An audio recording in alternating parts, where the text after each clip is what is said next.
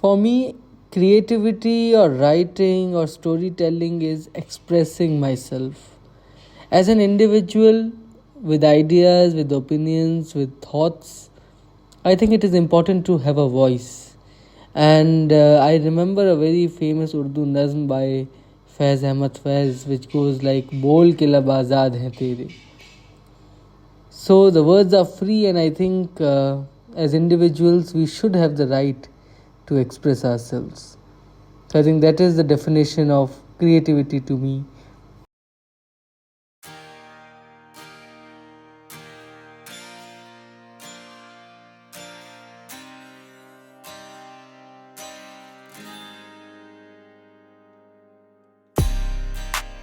Hey everyone, welcome to the Closet Writer Chronicles. I'm your host Sangeeta, aka the Moody Marshmallow. You just heard our guest for today, Eshan Sharma. Eshan is a writer, heritage activist, and a TEDx speaker. He is the founder of one of India's leading history collectives, Karwaan, the Heritage Exploration Initiative. A graduate in history from Delhi University, he is currently pursuing a master's degree in modern Indian history from MSU Baroda.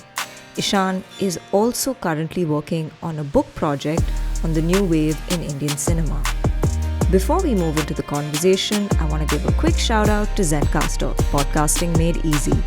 I've been podcasting for about 2 years now, and I stumbled onto Zencaster while I was recording season 2 of the show.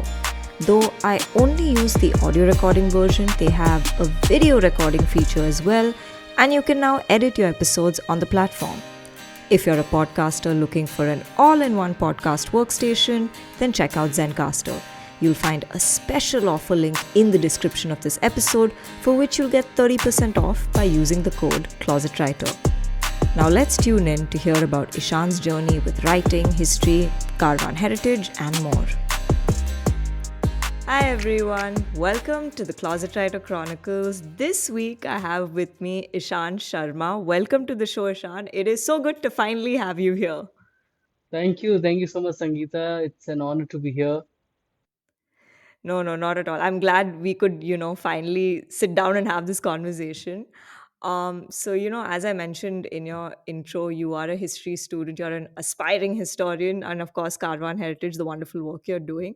So, the first question I have for you is, what is your earliest memory of being creative, and what is the first memory you have of even, just starting to write?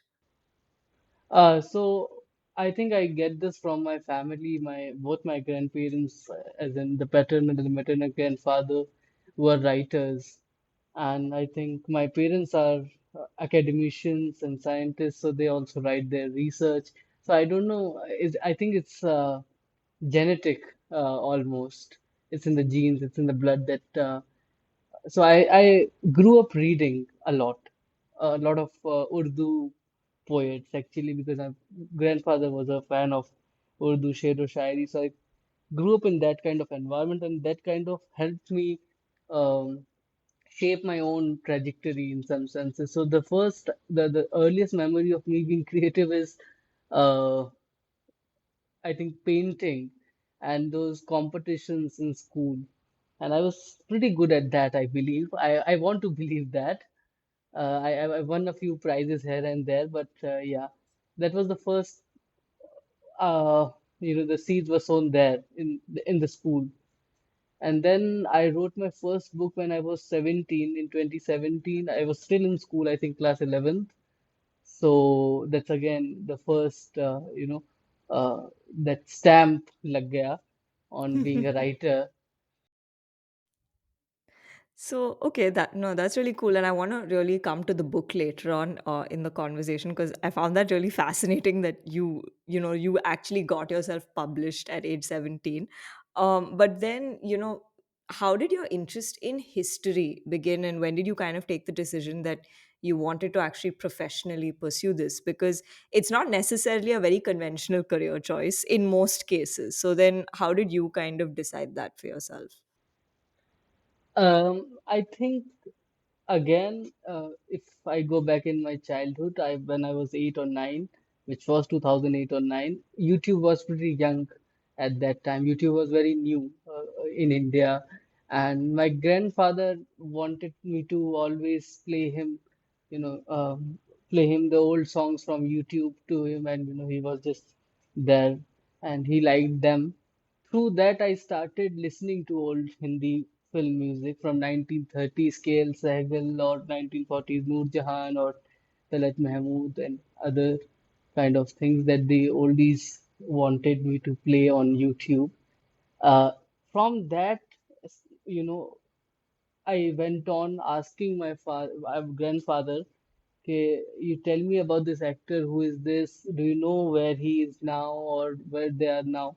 Then I remember one story where he mentioned that Madam Noor Jahan, one of the greatest singers of all time, for me, better than Lata Mangeshkar. Okay, So yeah. Madam Noor Jahan migrated to Pakistan after independence, and then there she became one of the biggest names. Even the Nishana Imtiaz and other awards, and became the Mallika Tarannum. So all sorts of those things, and then from that you also got to know about how that migration happened in 47. People went from here and there, so things like that really fascinated me as a young kid. And then I always, on every birthday, I used to get GK books as my Oh, gift. So okay. there used to be a publication called Upkar Publication, and they used to bring out these yearbooks. So I had a collection of yearbooks from 2008 to 2015, 16. So that was the beginning of this interest in history. And then I thought, also because I was very bad in science, and Okay. my entire family, three generation of my family is scientists. So they were very surprised that I was not very good in science. But so I think mathematics and you know commerce and arts were the only two fields available for me.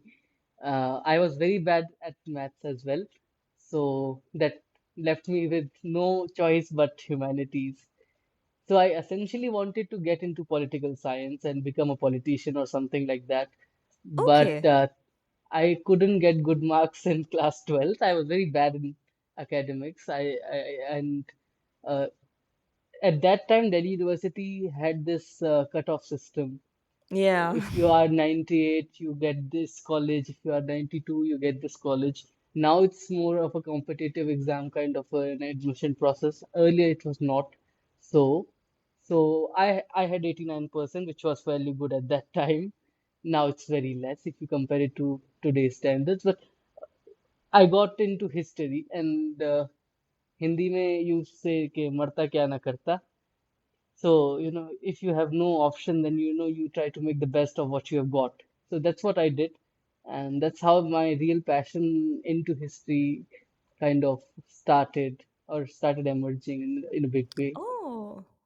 So then it only really sparked when you got into college. Is that what in college. happened with Yes. you? Okay, that's interesting because I don't know. I would have imagined. I mean, obviously, you had this whole exposure with your grandparents in the sense of going through like old songs, and I think grandparents just have that effect on you in general. Because I remember listening to my grandmother.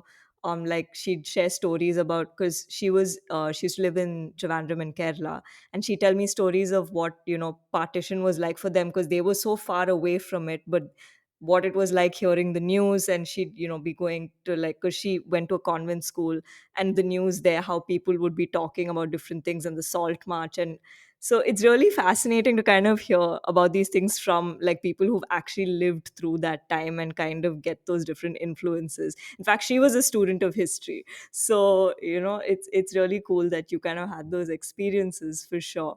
But having said that, then when did you get the idea to start Karwan? Because clearly, you got into college, you were studying history. So then when did that love really like take over for history and you said, hey, why don't I do something for history education in this space? So how did that happen? So I think I would, uh, if I have to think about the origins of the idea, it has to do with the education system. The education system forces one to limit their imaginations to a classroom. And history is a subject which requires exploration. You can't really study history in a vacuum. You can't really study in a classroom. So you have to go out, and fortunately, my college, Dayal Singh in Delhi University, was in close proximity to places like Humayun's Tomb or Lodhi Garden or Safdarjung Tomb, Khan Market, four of the most historically important places in New Delhi. So I decided that I would go there and start exploring and start bunking classes a little and exploring them. And a few of my friends joined me in this venture, and we then called it something called Walk and Learn Initiative. And that's how it started in around September 2019, when I was still in my first year, end of first year, I believe, the second semester or something. And because, yeah, we were very frustrated with the system of with the pedagogical methods of teaching history. So we thought we would do something new for the students. So we decided we would read up things on about the monument from the books, and then we will kind of take our friends around, show them that we studied this in the lecture. Now we are seeing this in front of us. So giving them hands-on experience of history, which is not quite uh, popular in humanities. It's more with the, science provides you hands-on experiences, the kind of understanding that people have, and people say that history has more to do with the text than the practical implementations. But we say that that's not the case in reality. History is a science, and it has its own methods, it has its own ways, its own training. So we decided that we'll go ahead with that and do that. Hmm. So you just decided then to kind of like start with these walks, and then how did you then further develop it into like Karwan? Because clearly it just started as these events, or was it already branded as Karwan? Did you guys just come up with the name and? So it has a funny story. When we started this Walk and Learn initiative, I took the burden or the charge to do the first walk. The first walk was supposed to be at APJ Abdul Kalam Memorial in Delhi, at the Delhi INA Delhi Heart. There's a small museum dedicated to Dr. Kalam and his belongings. My first book was on Dr. Kalam, so I thought it would be interesting to show people around and talk about Dr. Kalam and the influences, etc., etc. And we had a pre-registration kind of a thing. I think 10, 15 people registered, and but we didn't charge anybody for that. So nobody turned up for the Oh, event. okay, okay, Nobody came for the walk. It was a big failure. Then my father said, don't be sad. It would be good, etc., etc. Then we were thinking of what to do next because it was a big failure, and we thought there's no chance that this would succeed. Why would somebody come and listen to a student talk about anything? So the first thing that came to our mind is was to change the name and make it more attractive, make it more historically, sound. hmm, So we decided we'll call it. Then it was a big struggle to get a better suited name for the initiative. So we got a very long name. We got it Karwan, the Heritage Exploration Initiative. It's a very big name. Now people call it in popular parlance, it's Karwaan Heritage. But yeah, so we renamed Walk and Learn Initiative, made it Karwaan. And at that time, I was attending a book launch in Delhi by a book by Vikramjit Singh Rooprai called The Top 10 Baolis. It was on 10 stepwells of Delhi, and okay, the guest of honor who was launching the book was Sohail Hashmi. Sohail Hashmi, though, for those who don't know, Sohail Hashmi is one of the biggest names in this field of heritage exploration, heritage walks in Delhi. He was the chief guest. I went on the dais after the launch and I asked him, Sir, we have started this and this in our college. It's a students-led initiative. Would you like to lead a walk? mm, And to our surprise, he agreed. And he led the first official walk of Karwan on, I think, 16 September 2019. It was attended by about 20 people from different universities in Delhi. We started as a group only for students. The walks were exclusively for students. And later on, when we went ahead with it and we did some more walks, we opened it for the public. And we introduced this idea in our walks that students' fee would be 50% lesser than the normal fee. So if we are having normal public who are earning and they can pay, they pay us a certain amount. And students, because we all were students, we couldn't pay 600 rupees per head for a walk. So we decided we'll keep it about 150, 200, and we'll ask others to pay. So that's how we started building up. It was early 2020, but then the pandemic came Yeah. and everything had to, stop. But I think that I'll keep that for the next question maybe. But this was how the initial work started at Karwaan, organizing walks. We had organized by I think by March 2020 we had organized 4 walks. Oh wow, okay. Wow, that's really cool. So then clearly, okay, you started as this experiential thing of okay, we'll take you through like historical monuments and structures and kind of really um I don't want to say explain it, but I guess maybe do it also in a way through a manner of storytelling because history is stories in a sense, right? By the end of the day, you're essentially kind of recollecting the facts that had happened in a way that's accessible to people. So the gist of what I'm getting is that's what you guys were trying to do. You were just trying to make it more interesting, more accessible, so people would actually give it the sort of importance it kind of deserves in today's day and age. But then having said that, because it's interesting you brought up the pandemic, because if you had only obviously then you were a brand and I keep saying brand because it is a brand in a way, even though I know like it, even though we live in a world where we're trying to like take up different causes and whatnot, it finally does, for better or worse, come down to branding. So then how do you kind of then grow that community also during the pandemic? I mean, I would assume, I don't know, please correct me if I'm wrong, if the fact that I guess people were kind of trapped in the four walls of their house and there probably was that overconsumption of for content and information and just different things to do. I don't know if that's something that also helped with growing your organization. But then how did you kind of maneuver through lockdown in terms of growing Karwan?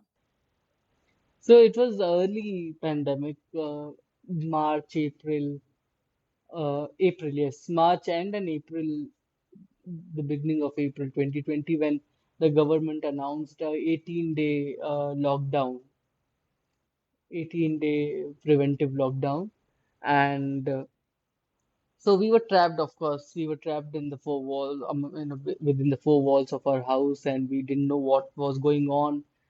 The information was scarce, and often fake news was around about a lot of things. There was a lot of bad news coming from different parts at that time. The government was clueless at that time. So we were thinking of what we could do. And this was very early, and nobody had a clue about Zoom or anything. There was nothing like this earlier, that online lectures was something that we didn't hear uh, before the pandemic. Yeah. So we decided that we'll start with a series of conversations called Learn at Home Live Series. And Learning at Home Live Series essentially featured 6 historians or 6 scholars, 6 writers, with a gap of I think all they were asked to speak alternate days, so 18 days, 6 speakers, 18 days, and that's how we planned that we would spend the initial lockdown. And that's what we did. We had sessions on food, we had session on Aurangzeb, we had session on Egypt, Egyptology and archaeology. We had a session on Delhi and Firosha Kotla, and of course Akbar. And then after that, we decided, because the government that and after that announced that we'll do a 1 month long lockdown. It was not the complete lockdown was yet to come. It was another preventive lockdown that they extended for a month. So then we decided that, we are here for a long game. They are not going to let us go so easily. We knew that something big is happening and we'll be stuck for a long time. because you can't win a pandemic, you can't overcome a pandemic in just about a month or something. It takes time.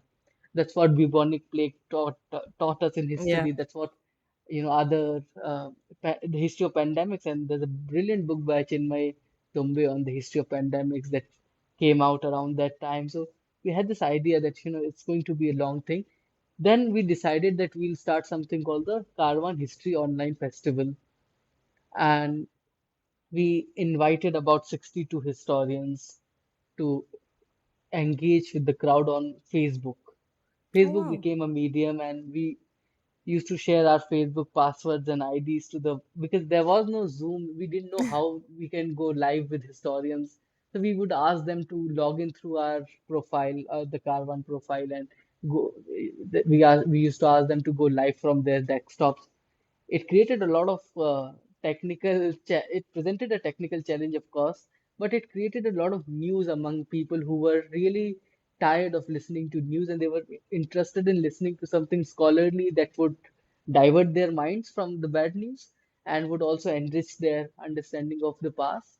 And we were fortunate to get some very known, reputed scholars on board to engage with the public, with students especially from different universities.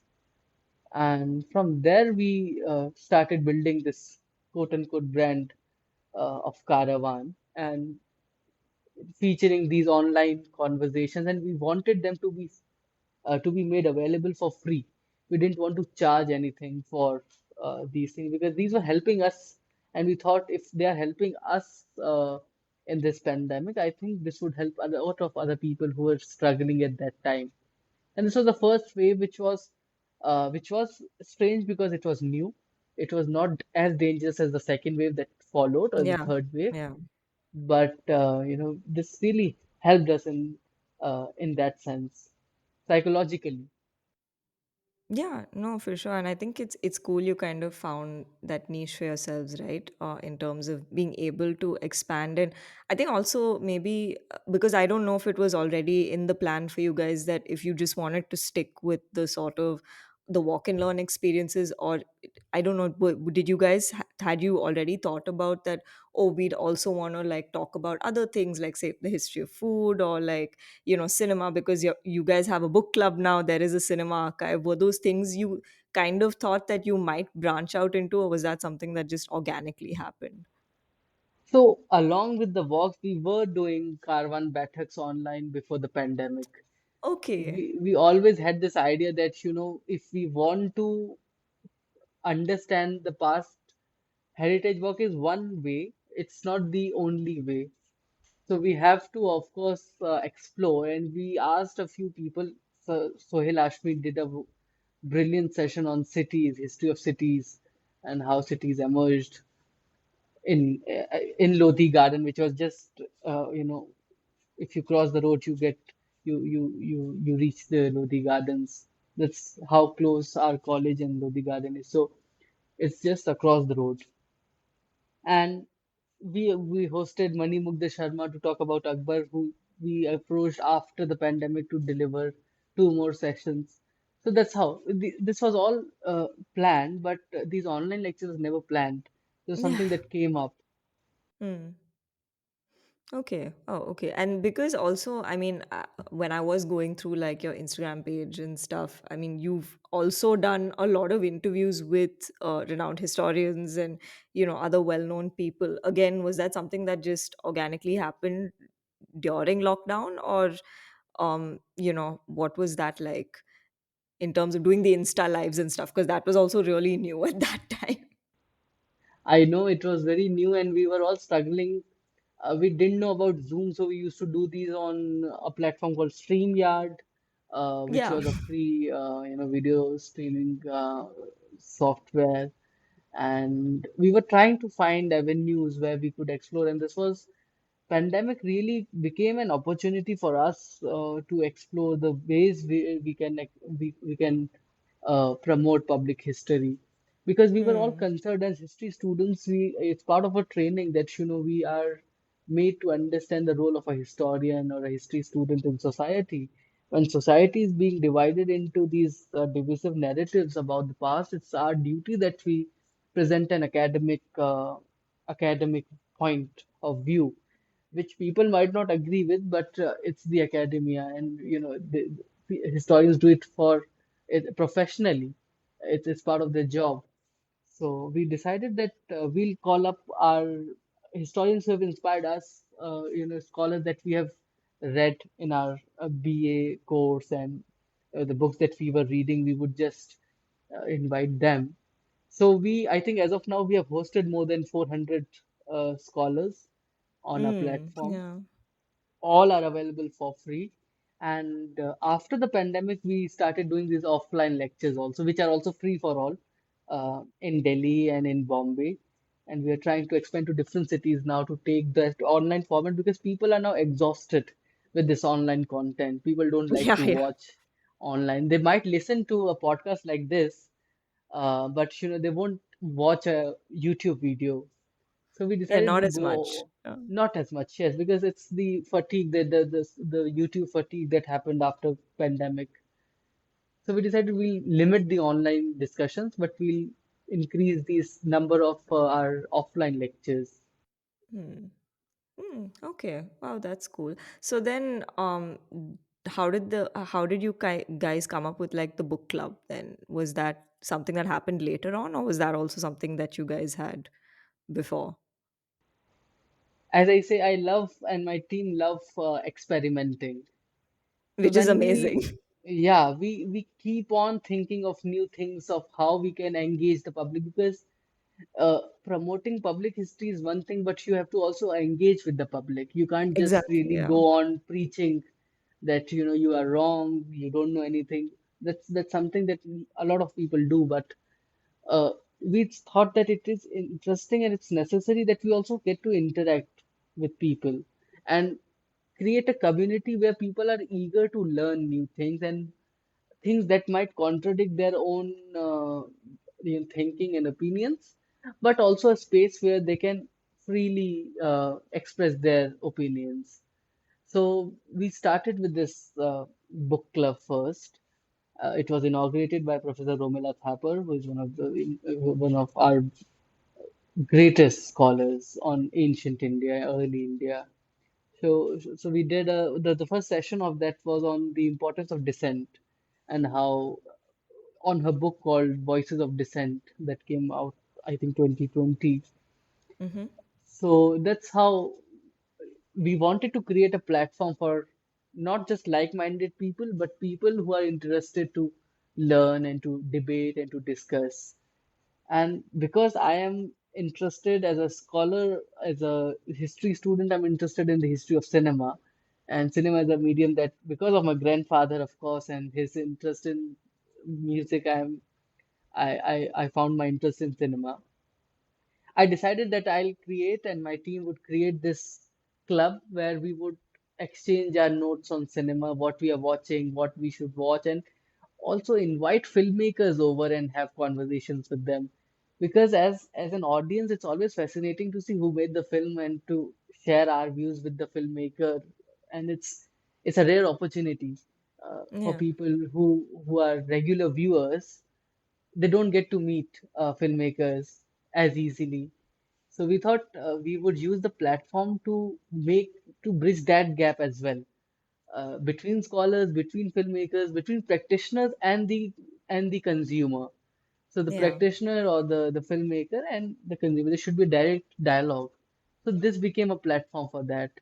And we are trying to come up with more such clubs and more such play avenues for public to engage with the professional, so that they'll get to learn something new. And of course, as professionals, they also need to engage with the public to make their art or their work more refined.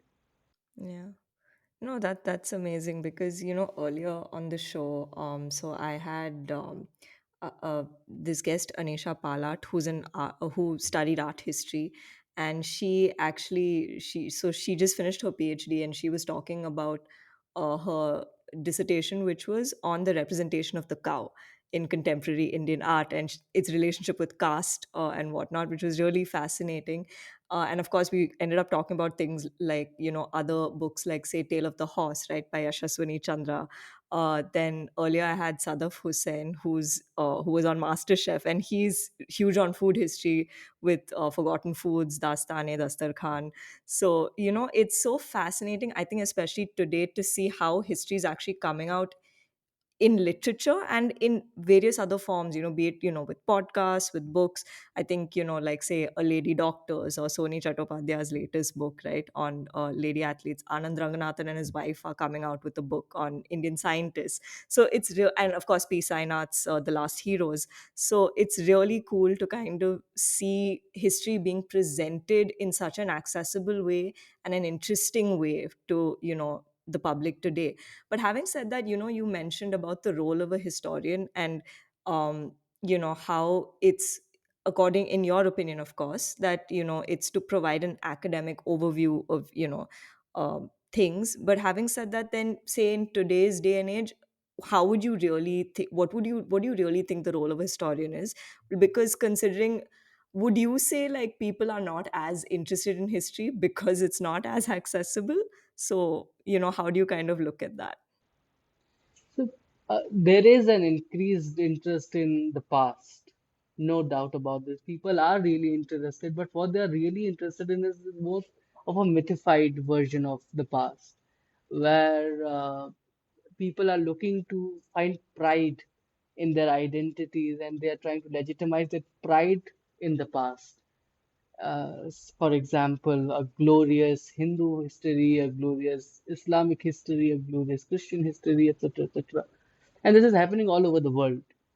Hmm. In this age and time, I think the role of a historian is to put things into perspective because as not everybody can be a doctor, not everybody can be a scientist, likewise, not everybody can be a historian. And when you study history, you get this point that history is not firstly unilateral or it's unidimensional. There are different layers to the past. Those layers might upset a lot of people who believe in a mythified version. And if a story is giving you pleasure or giving you this sense of pride, it's probably not history. That's what a very popular saying on history goes. And I think the role of a historian is to really tell the public, inform the public that or present facts, what according to them are could be history. A very famous scholar once mentioned that you cannot really reconstruct the past. It's impossible to reconstruct the past. How that was, we don't know. So history is written based on interpretations of the evidences and data. And this must be taken into consideration that whatever is out there as history today may be proven wrong with the when a new evidence comes to light and when a new interpretation comes to light. So it's a very famous, I think, Indian thinking or philosophy that ekam sat bahuda vipravadanti. There's one truth. Wise people perceive that truth differently. And in history, there's nothing called as truth. You Okay. can't really find, it's like peeling an onion to find the onion. So the skin of that onion is the onion that you have to consume, but instead you are looking for something that is not there or that is there but you are ignoring. So that's how history is being perceived today, not just India, but all over. And for us who are students of history, that's really something that concerns, and we are very concerned about, and we are trying to tell people that don't look for uh, don't look for Ratna Patak Shah actually mentioned in my interview when I interviewed her for Caravan that before seeking answers, learn to ask questions. So the public is asking the wrong questions. History is asking the right questions to your evidences, and that's what the training of a historian prepares you to do. So we are trying to tell them that you have to ask the right questions to the past. So yeah, so that's the role of a historian. It's a very complex role, and historians are often targeted on social medias because Yeah, their yeah. narrative might not suit the public, and the public may have another way of thinking, which is totally correct. We, as historians, we must not dismiss their understanding of the past. Their understanding of past tells us another thing about how history is perceived, and that might help us put our point across in a better way, which might make them understand that, you whatever you are thinking is correct, but maybe think about it, in a different way. Yeah. Yeah, no, I really like the way you put that. That sort of room for interpretation, basically, to kind of entertain different possibilities. Because the truth is, even though there are certain facts, you still don't know the full truth of something that has happened and transpired, right? So I think that's really cool that you put it across like that. Having said that, obviously history education is something you're passionate about, which is what you're doing with Karwan. And there are quite a few other organizations that have also come up in the past few years, right? Be it there was this article I came across in the Hindu, which was about Instagrammers who are making history cool again. You were one of them. Then, of course, there was Eric Chopra from Itihasology, Shrutin Lal, Anirudh Kanisetti, and like a bunch of others. So, it's really cool that this is sort of happening now, that there are people actually advocating and kind of really getting into the space of history education.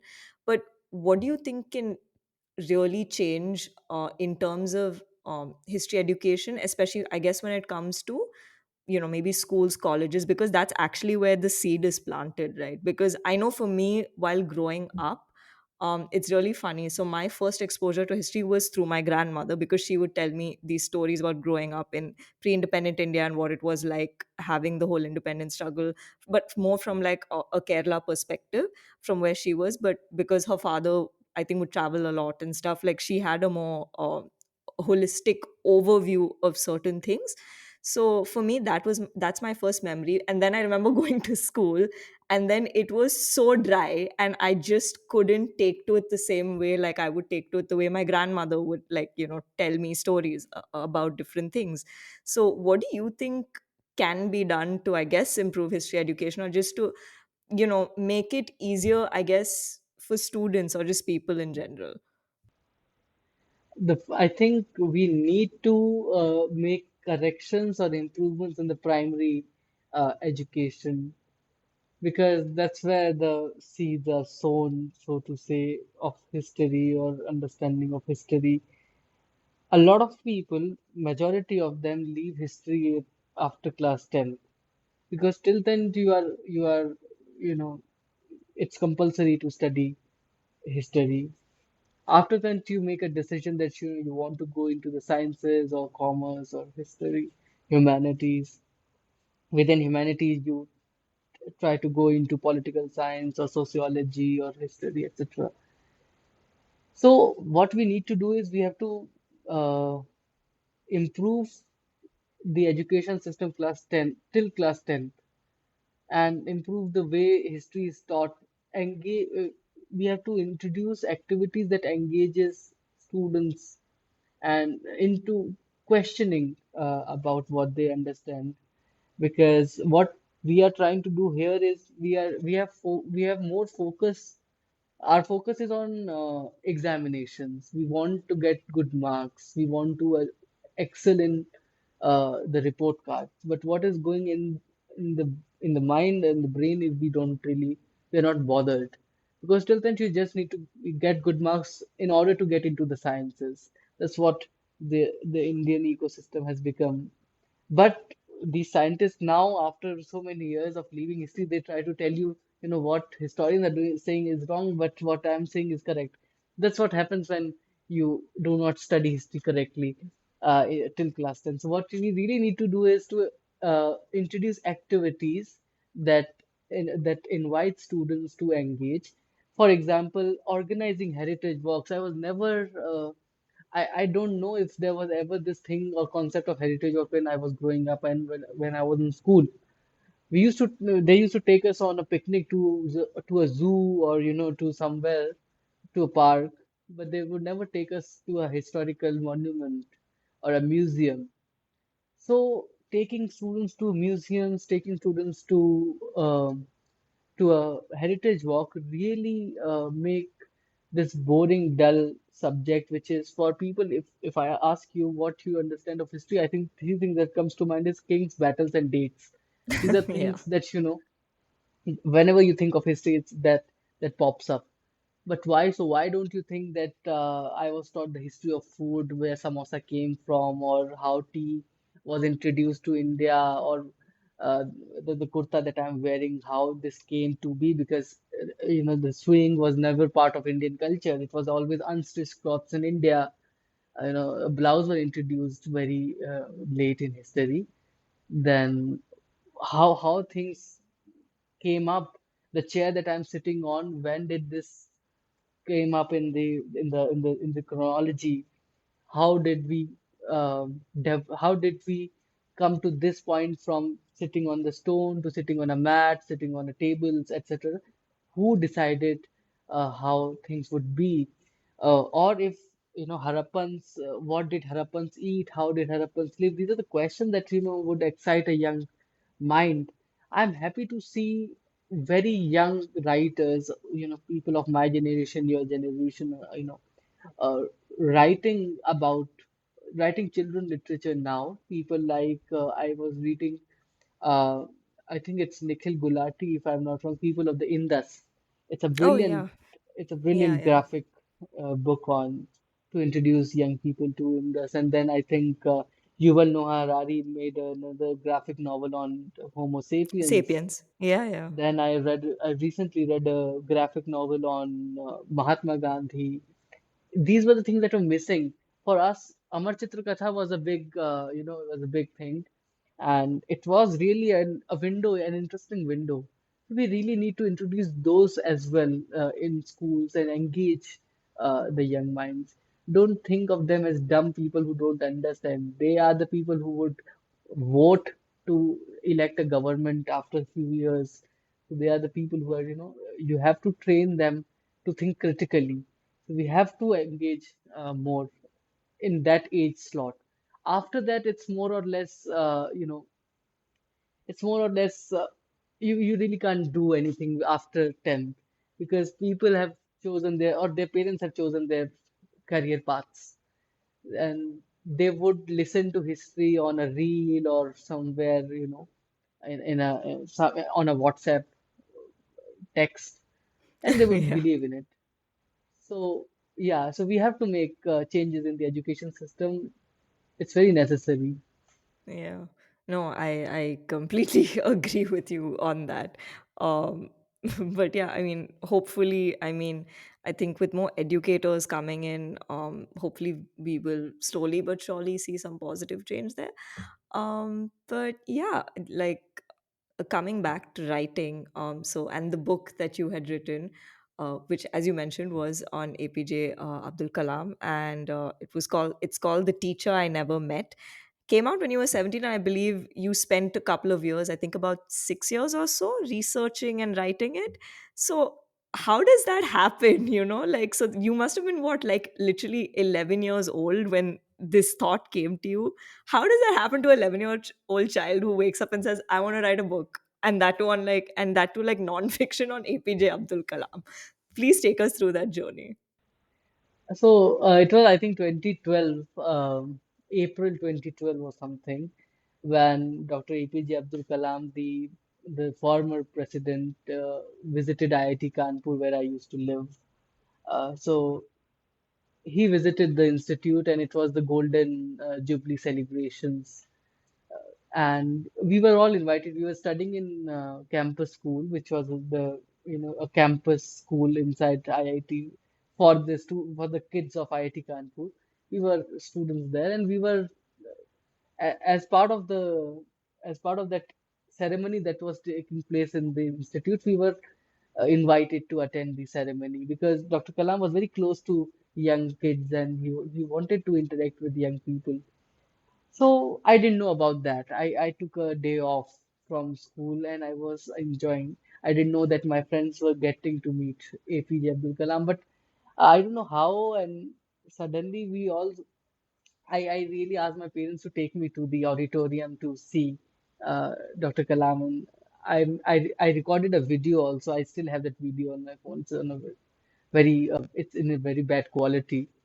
But that's when I saw him from from very far, not very close, from a distance.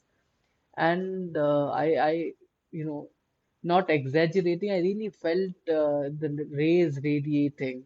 As a historian, I don't like to, as a history student, I don't like to exaggerate, but that's what I felt as a 11-year-old, because I had heard of him from so many people. My parents, being scientists, talked about him, how great a scientist he was, rocket scientist. So for me, it was a very big thing. But then I saw the picture of my friends, with Dr. Kalam, and I was not there because I didn't go with my school and I went with my parents. We were not allowed to meet Kalam, but my friends did meet Kalam, and they still post about that on Facebook, and I'm very jealous even today Wow. that they got to meet. So that's why the title, The Teacher I Never Met. I only saw him from a distance, but I never met him in person. And after a few years in 2017, I think he passed away. And that's when the news came in. It was, I think, evening 6:37 in the evening when when the news came in that Dr. Kalam had a heart attack in Shillong and he passed away. And that was a really a moment that I felt it's like it was a personal loss for me because I had lost a mentor.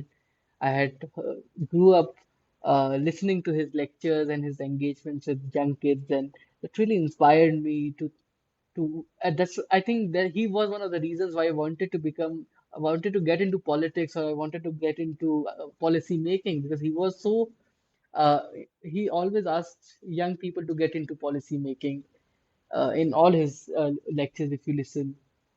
So that's when I saw him in 2011, I wrote a diary entry. Uh, I used to maintain a diary when I was a kid. So I wrote a diary entry, and from there, I when I heard the news, I got reminded of the diary. I found the diary in my cupboard, and from there I started writing. I went back and I just saw all his videos again, read his books. I had all his books in my library, and then I decided to write a comparative biography, which is tracing his childhood with my childhood, and also trying to see if we can how uh, it was like teaching myself about Kalam, not writing for other people. So I wrote it in a diary, continuing that diary entry. I wrote that entire book, and then I thought it would be nice to get it published so that other people can get to know about Kalam. And that's how this happened in 2017. That is amazing. That is so cool that you had that kind of, I think, just that inspiration, but also the sort of discipline to follow up on it in that sense, right? Because at that age, usually it doesn't come as easily to a lot of people. So I think it's amazing, and hats off to you for pulling it off. So then you went and you pitched to like publishers and I pitched to a lot of publishers, a lot of them who I might be working with now, but at that time everybody said no because it was not a very good manuscript. Of course, as a 17-year-old, you cannot be a Shakespeare or Chaucer. You'll have to yeah, be whatever you are.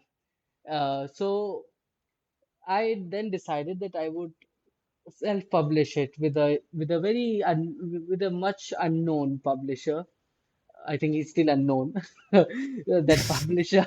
So if he's watching, uh, so then I went in ahead and published it through a young publisher from Chhattisgarh called Idea Publishing, and he published the book. The book was out.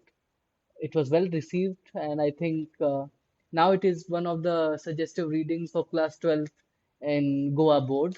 So I that's think students amazing. are reading it. So yeah, that's a long journey as a writer. I'm now working on my next book that might be out next year, hopefully. Oh, wow.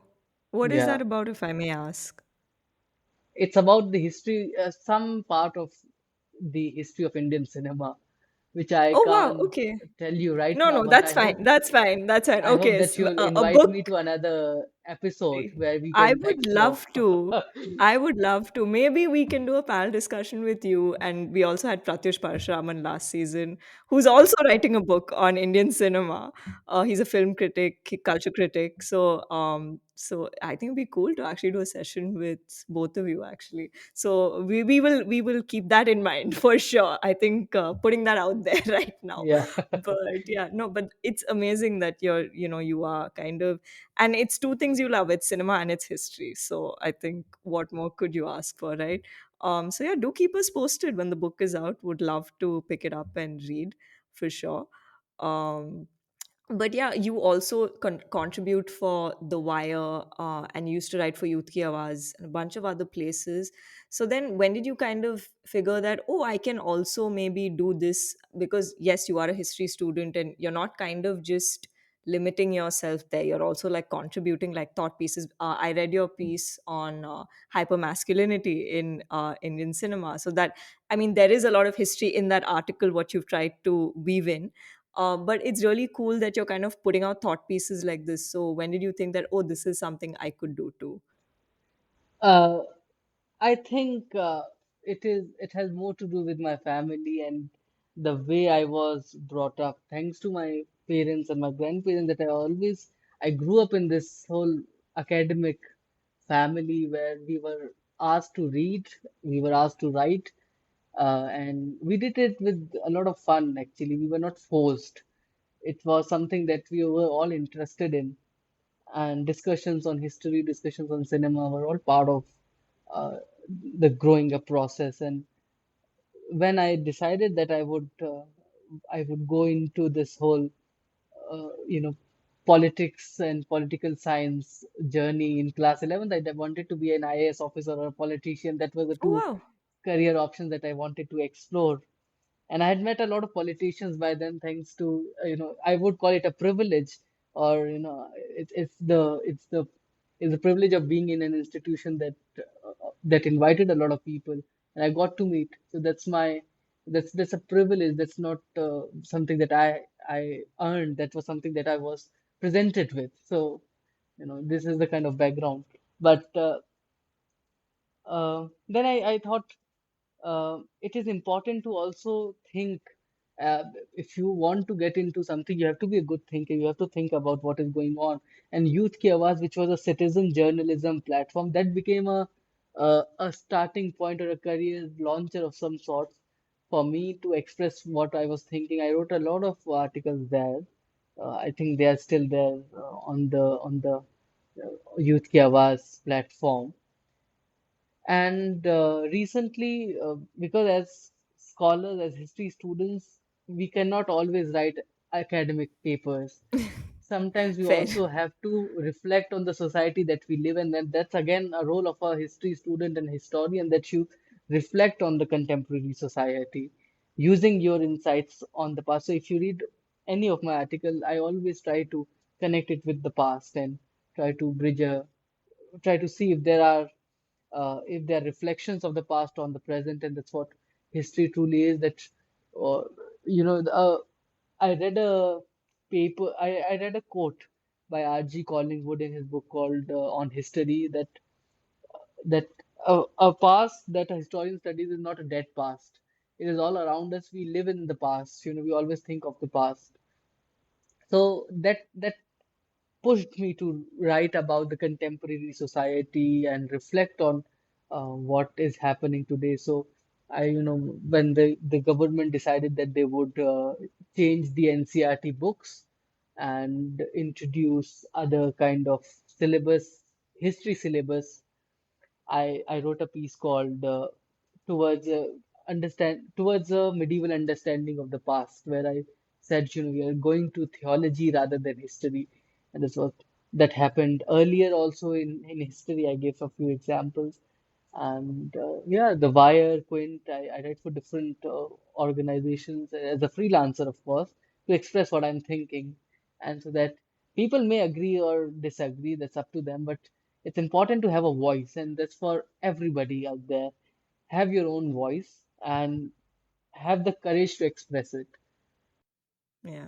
No, for sure. And like I said, more power to you. And so I'll come to why I also specifically mentioned that article on hypermasculinity, because what I found interesting, and I don't know if if the website wasn't updated when I went through it, but when I went through the Karwan website, your core team, most of your core team are women.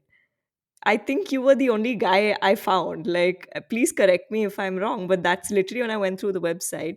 And the reason I'm bringing this up is because when you were obviously also writing about hypermasculinity in cinema, you mentioned, you quoted Nasruddin Shah from Nikhil Taneja's podcast, right? Saying that, mardo ki insecurity bad rahi hai. Like, men are getting more insecure. Hence, cinema has become this way to kind of cushion that and, make it be more encouraging and motivating to men and that whole masculine thing. But then having said that, how are you navigating, I guess, I know it's a really silly question to ask, but I'm asking this because we have cinema like this, as you mentioned. So I feel like it's something we should put out, since you're representing the male gender right now to some degree, and it's just one opinion. But I'm just curious then, like, how do you then work in that sort of, like, how have you found the balance in that sense?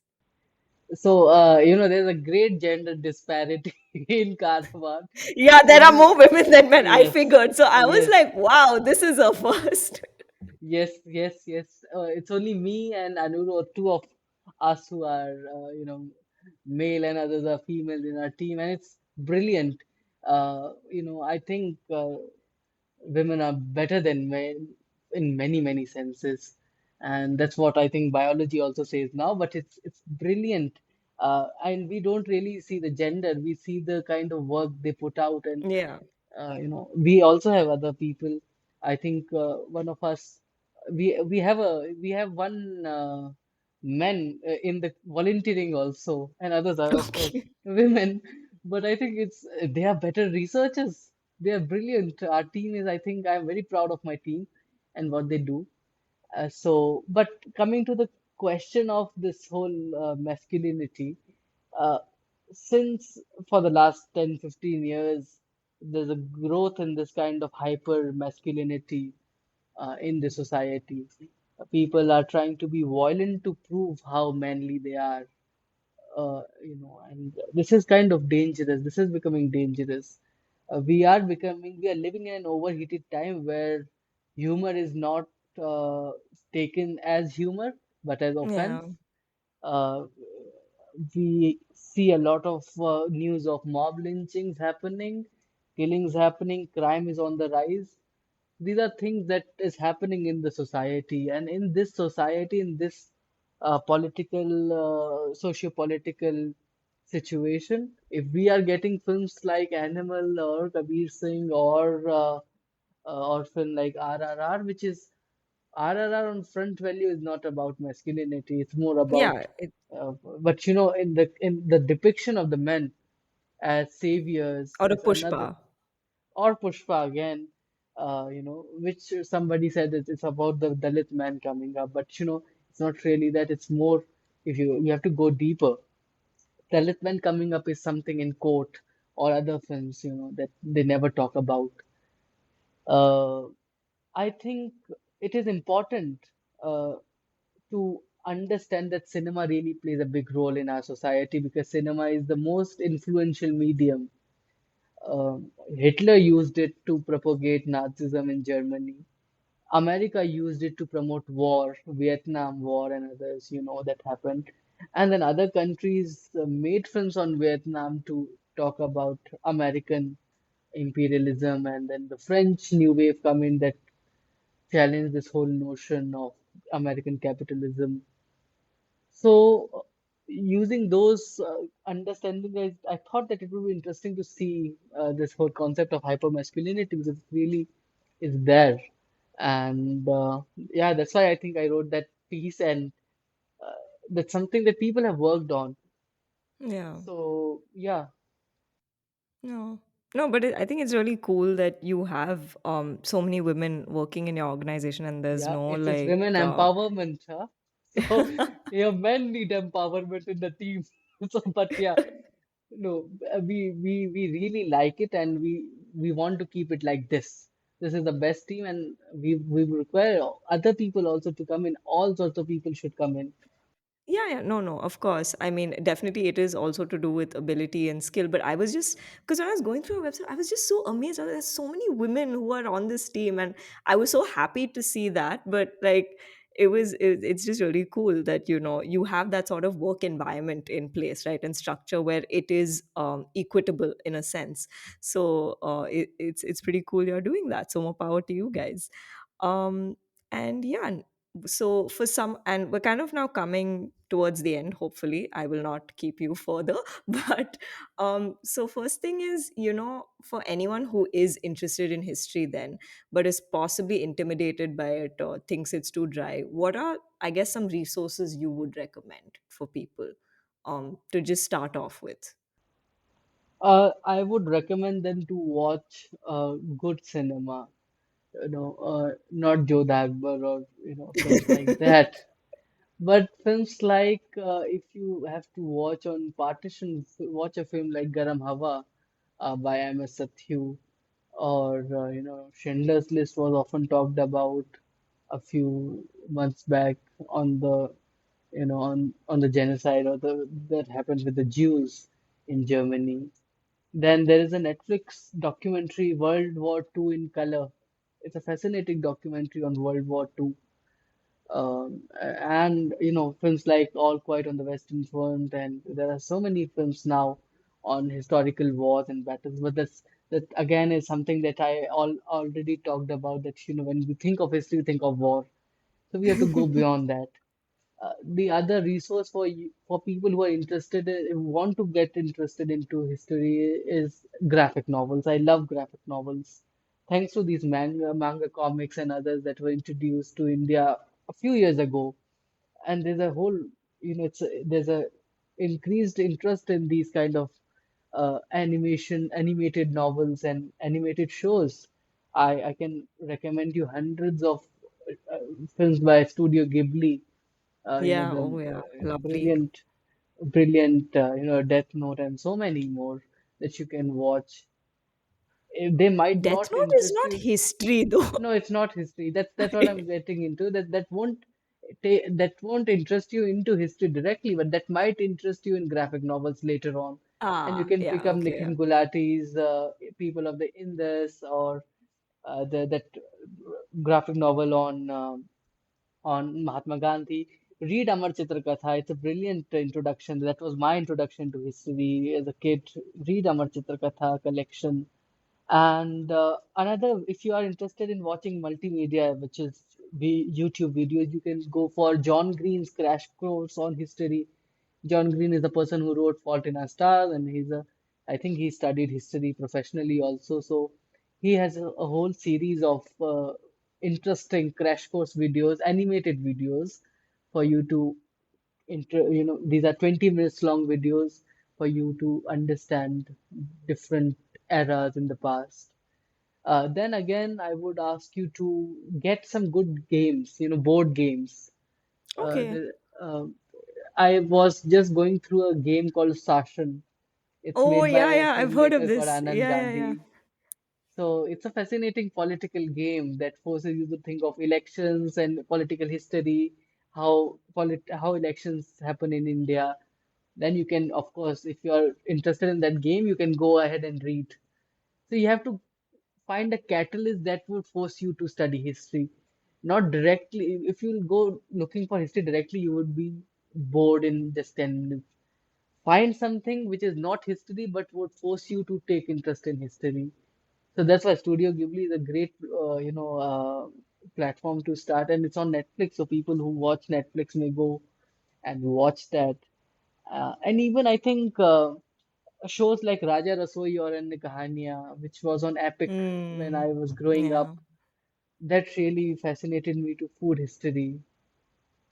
And films like Padmavat, for whatever they are worth, they really are well made, at least aesthetically. So they force you to read more about Padmavati and the whole myth around Padmavati or the history of Padmavati. So yeah, those are the resources. there's no end to the kind of resources that you I can connect anything to history. That's my Yeah, I know you problem. can. So that's I my think I problem. think it's a no, I think that's a great problem to have. I don't think it's a problem also. I think it's a great skill to have. Because, when you were saying, like, when you talk about games, there was this game I played called Secret Hitler. I don't know if you've heard of it. So it's actually, and it's quite it's basically you get divided into teams, and one group is the set of Nazis, this thing, and basically the game is about you have to spot the Nazis before Hitler can take over. But it's interesting because it's very, like, again, like you said, very political. You're kind of thinking, you're like, it kind of makes it piques your interest in knowing more actually about what happened with the Jews, with Hitler, how Hitler came up, how he kind of developed this thing. So it's quite fascinating. And then, of course, with World War II and whatnot. So it's stuff like this, like you said correctly. It really does kind of pique your interest in terms of going and finding out further. There's also this newsletter which I follow, which I really like, called Dark Walk, which is on South Asian Yes, they're literature and brilliant. art. I I love them. love their Yeah. work. Yeah, yeah. I think that's also a really cool newsletter to follow. But yeah, having said that, what are, like, the stories and books or movies that really inspired you and stuck with you while growing up, or just generally that just have like a special place in your heart, or which have impacted you? Before that, I also want to recommend another resource because you mentioned social media. There are memes now, and people really Yeah. love memes. So, our friends Mad Mughal memes really deserve a mention because they're really good with historical memes. So, those again may help you build an interest in history. Watch memes, see the memes, and have a good laugh, and then of course go and read about whatever is written in the meme. So that's another thing. Films that remain with me. I watch a lot of films. I think I watch about 30, 40 films in a month or something like that. I watch a Oh, lot of films. wow. I might Oh, not wow. able to complete any of them or some of them, but I start. At least I start a lot of films. I want to watch as many films as possible. But the one film that really piqued my interest in history was Mughal-E-Azam from 1960. Dilip Kumar, Madhubala, and Prithviraj Kapoor, Durga Khote. Oh, That wow. was a You watched it in black brilliant. and white? I watched earlier. I watched it in black and white when on YouTube. The color version came in I think 2010 or something. I watched it in when I was very little. I was 5 or 6 years old. That's when I watched it on TV. And then the color came in 2008 or 2009, and I watched it again on. We had a DVD player, and we had the color DVD of Mughal-E-Azam, and we used to watch it every Friday, Saturday. It was such a fascinating film, and I still consider it to be one of the best made historicals of our Indian cinema. It was such beautiful. It was such a nice film, beautifully produced by K. Asif. He lost everything while making the film. He lost every single penny that he had. He had to take loans from a lot of people. His financer ran after the partition when he was making the film earlier. There's a story that there's a film called Anarkali that came out in 1936 or 37 or 46, I believe 46. You have to just check the date. Around that time, Kiasif started making this film called Mughal-E-Azam, but the financier ran away after the partition to Pakistan, and then Kiasif had to start the process again and made the film finally in 1960, with Dilip Kumar. So that's one film that stuck with me, and I keep going back to that film. Another is Shyam Benegal's Manthan, which was on Amul, the creation of Amul Anand Milk Union. Union Limited. So that again is another film that really inspired me to get into the new wave, studying the new wave. And he was I had the opportunity of meeting him, Shyam Benegal, and interviewing him on Karwaan later on. So the life really comes full circle when you are inspired from a filmmaker and you really get to meet him. Another film that I think remained with me is Spider-Man. The Amazing Oh, which Spider-Man. one? So, Uh, not Andrew Garfield or yeah, I think it was Andrew Garfield, the second okay. Spider-Man. Okay, Andrew Garfield, yeah. Yeah, so that again is a film that I associate my childhood with. And of course, Anaconda 3 came out when I was 8 or Oh, 9. That's again a film that I watched much later. It was a A-rated film, I believe. I watched it much later, of course. It's an interesting film. Uh, Jurassic Park. These are the films that, have nothing to do with history, but they are really yeah, I good. know, but They, just they, they, yeah, they really fascinate like me. Recently, I have been watching a lot of documentaries. So Gurvinder Singh's documentary on the peasant movement, the Punjab movement that happened a few years ago, called Trolley Times. Then The Golden Thread by Anuva Jain, if I'm not wrong. I watched at the Geo Mami Mumbai Film Festival. And films on social political conditions are things that really inspire me or fascinate me to think.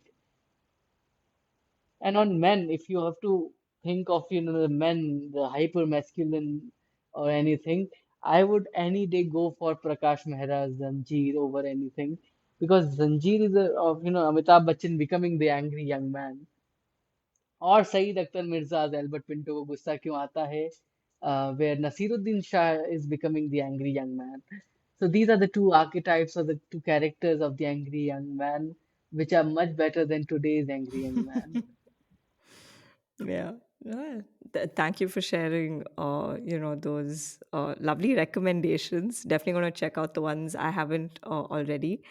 But yeah, one last thing I wanted to ask because I was curious about this is since you are in this space as a historian and a history educator, have you ever faced any like ridiculous misconceptions or assumptions about what you do?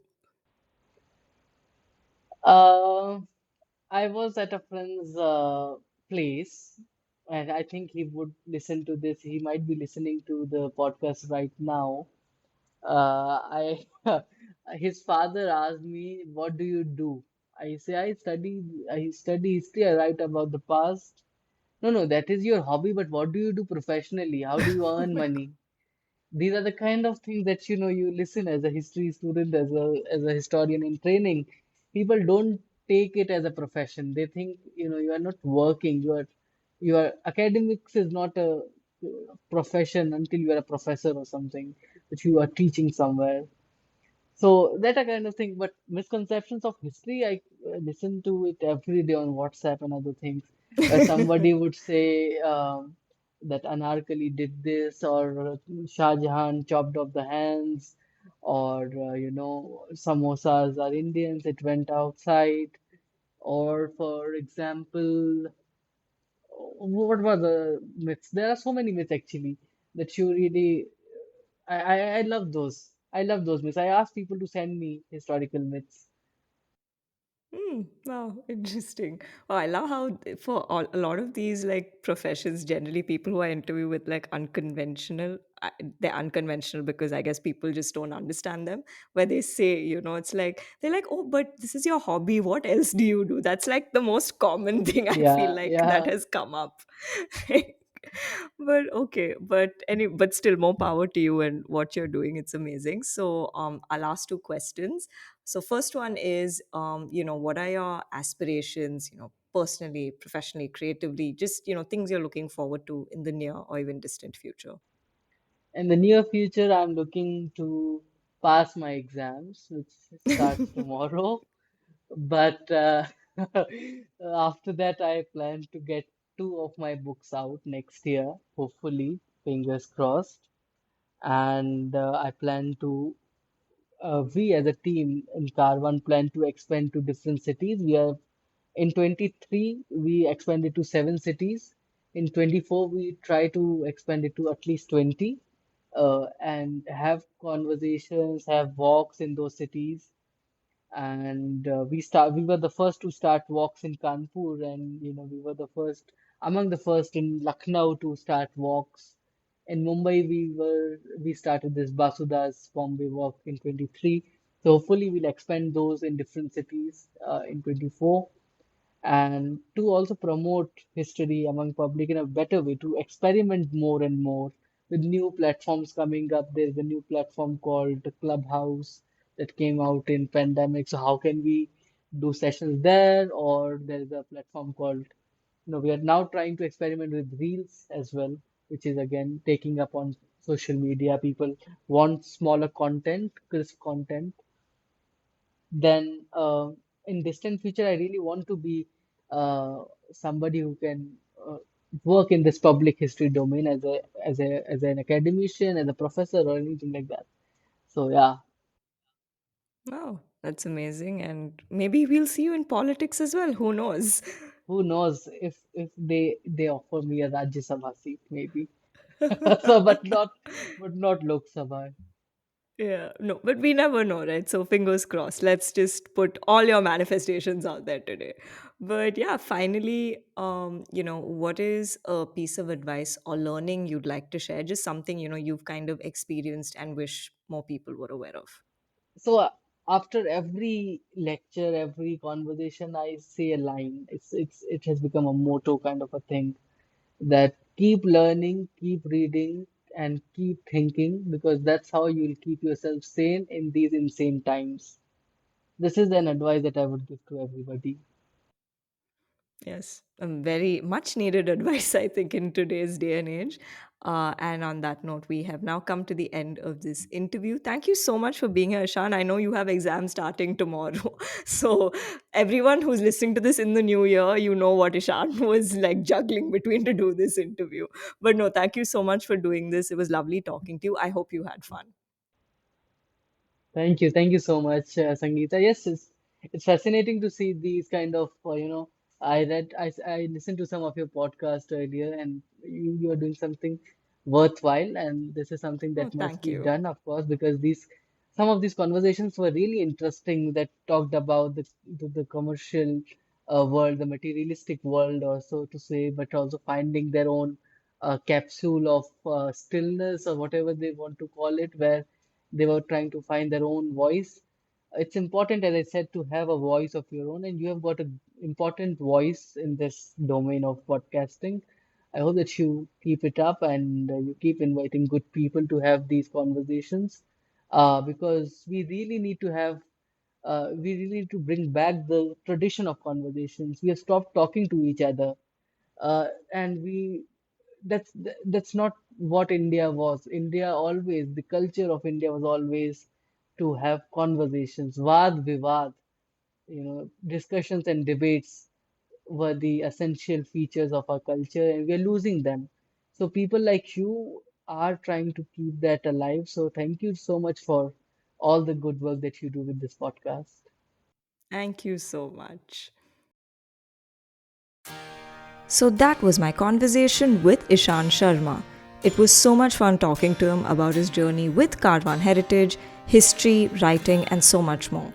Closing this episode with the poem written by Faiz Ahmad Faiz and narrated by Ishan. I hope you enjoyed the show, and I'll see you next week with a new guest and a new chronicle to share. Talk soon! I don't have my own personal writings to read out, so I think I'll just read out my favorite nazm, as I mentioned, Bol by Faiz Ahmad Faiz, which I think it inspires me to be creative. It inspires me to express my opinions, my ideas freely through my writings and through whatever I do. बोल के लब आज़ाद हैं तेरे, बोल ज़बां अब तक तेरी है, तेरा सुतवा जिस्म है तेरा, बोल की जान अब तक तेरी है। देख की आहन गर की दुका में तुंद हैं शोले, सुर्ख हैं आहन, खुलने लगे कफलों के दहाने, फैला हर एक जंजीर का दामन। बोल ये थोड़ा वक्त बहुत है, जिस्म ज़बां की मौत से पहले, बोल के सच जिंदा है अब तक, बोल जो कुछ कहना है कह ले, बोल के लब आज़ाद हैं तेरे. So I'll also translate this Nazm Bol by Faiz Ahmed Faiz into English for people who don't know Urdu.